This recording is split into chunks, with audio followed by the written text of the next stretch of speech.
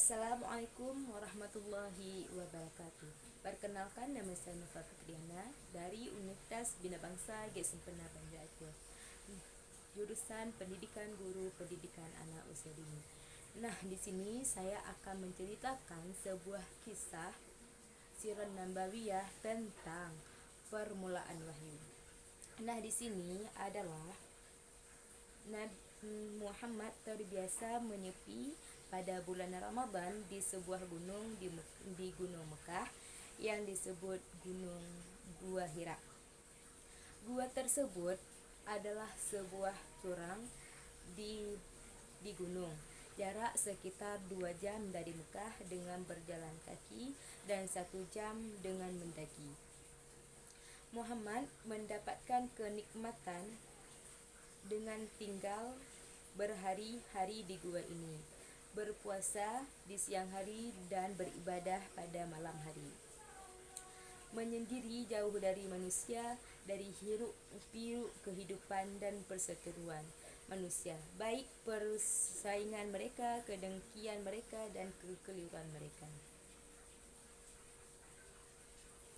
Di tempat yang dingin teramat sangat malam, yang gelap gulita sendirian, jauh dari manusia, jauh dari istri yang dicintai dan mencintai, dan jauh dari rumah yang di sanalah terdapat segala kesenangan hidup.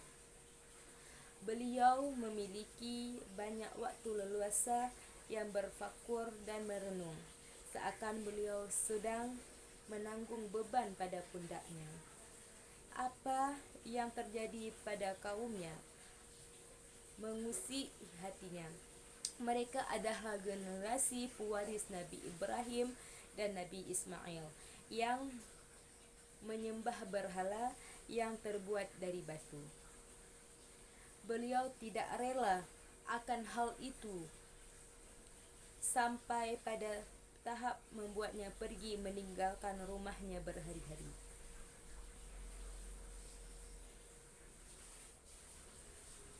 Demi dapat menyendiri dan uzlan di Gua Hira.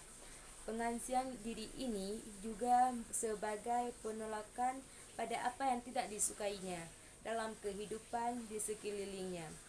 Seolah-olah beliau sedang melarikan diri dan segalanya, lalu mencarikan kebenaran dalam dirinya yang berharap menghadapkan petunjuk.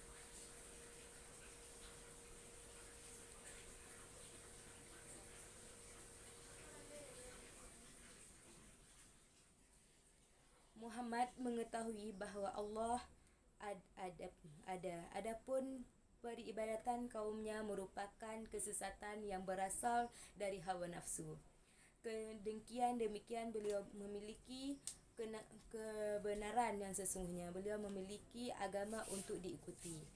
Beliau bukan seorang Yahudi, bukan pula Nasrani dan juga musyrik. Beliau mengikuti jejak ibadah yang dibawakan oleh Nabi Ibrahim dan Nabi Ismail, akan tetapi masa yang panjang telah menghapus sebagian besar dari ajaran peribadatan yang ditinggalkan kedua Nabi tersebut bagi penduduk padang pasir.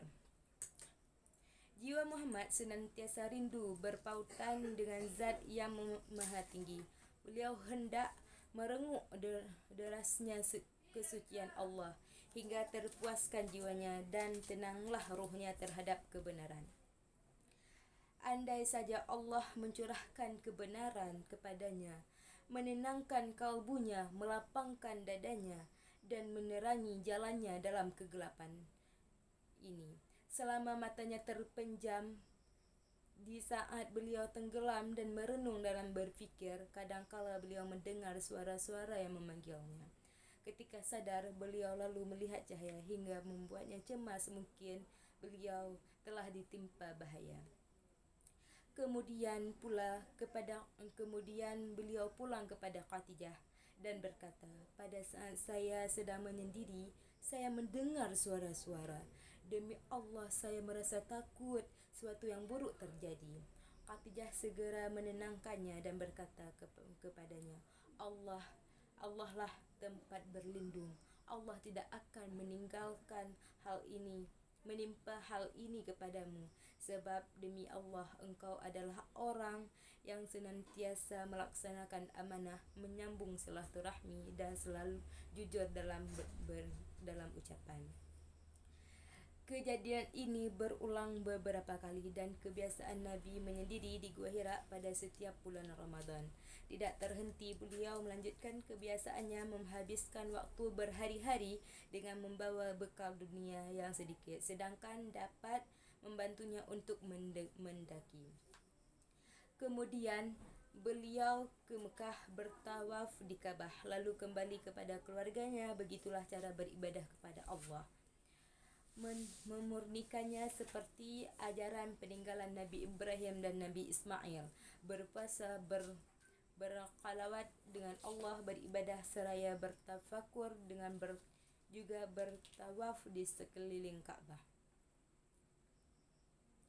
Pada saat ritual rohaninya di bulan Ramadan untuk menyendiri di Gua Hira, di mana usianya saat itu 40 tahun, yakni pada hari Senin malam 21 Ramadan, bertepatan dengan tanggal 10 Agustus 610 Masehi. Pada malam itu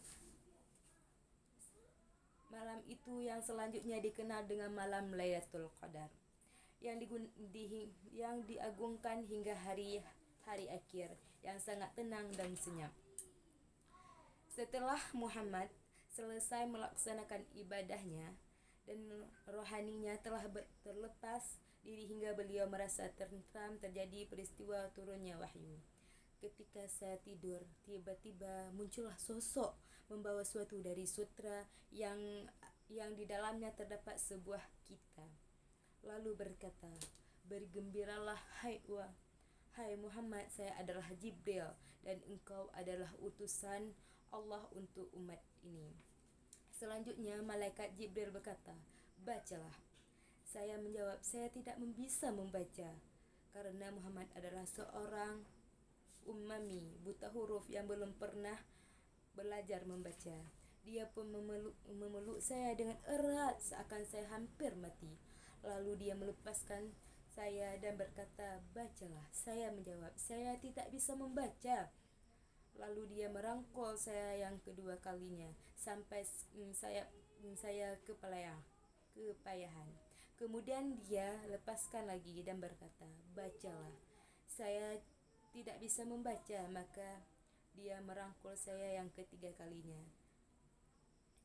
sampai saya kira akan mati. Lalu dia lepaskan dan berkata, "Bacalah." Saya menjawab, "Apa yang saya baca?" Saya berkata seperti itu agar dia tidak mengulangi apa yang sebelumnya dia lakukan terhadap diri saya.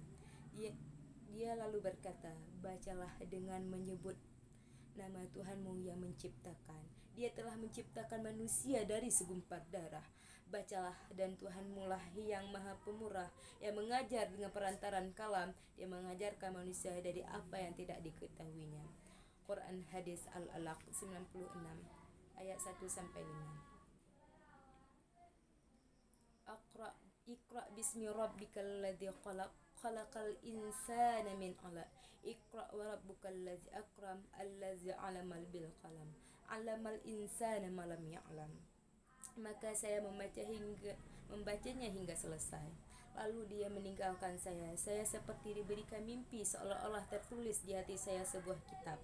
Tak lama kemudian, bangunlah Muhammad dari tidurnya dengan rasa takut. Beliau langsung kembali kepada Qatiyah dengan hati berdebar-debar dan badannya yang gemetar karena rasa takut yang masih tetap melekat pada dirinya, sebagai akibat bertemu dengan malaikat untuk pertama kalinya.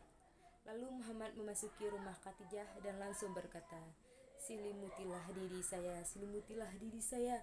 Kemudian Khadijah menyelimuti beliau hingga perasaan takut ini lenyap. Khadijah memperhatikan apa yang terjadi pada suaminya, lalu dia mengusap wajahnya. Setelah semua berlalu, kemudian Muhammad bercerita kepada Khadijah tentang peristiwa yang baru saja dialaminya itu.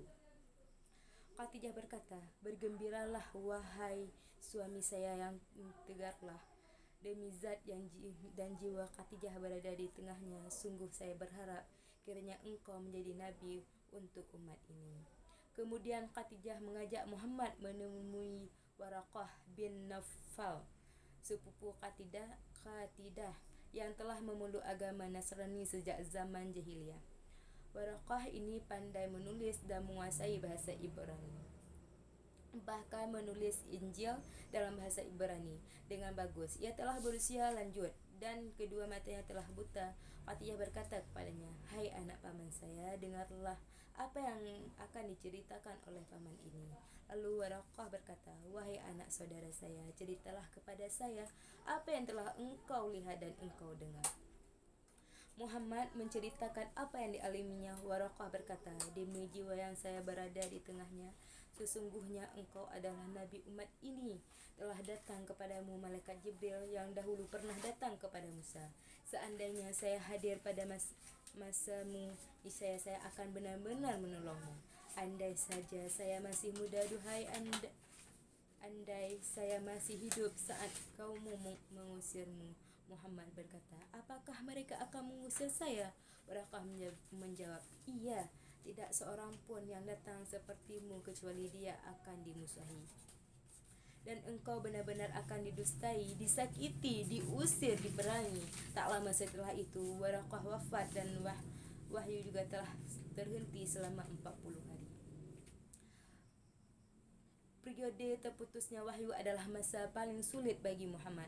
Hal ini membuat beliau rindu bertemu dengan Jibril sekali lagi dan bertambah rindu kepada turunnya wahyu berikutnya.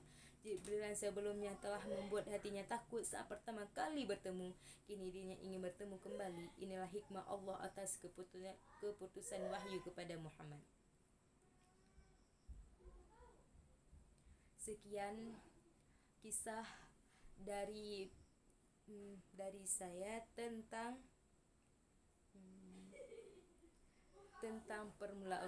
permulaan wahyu. Lebih kurang saya minta maaf. Wabillahi taufiq wal hidayah. Wassalamualaikum warahmatullahi wabarakatuh.